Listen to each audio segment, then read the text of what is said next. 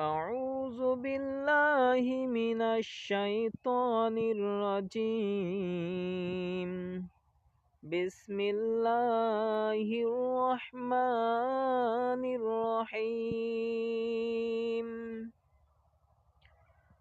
فكان عاقبتهما أنهما في النار خالدين فيها وذلك جزاء الظالمين.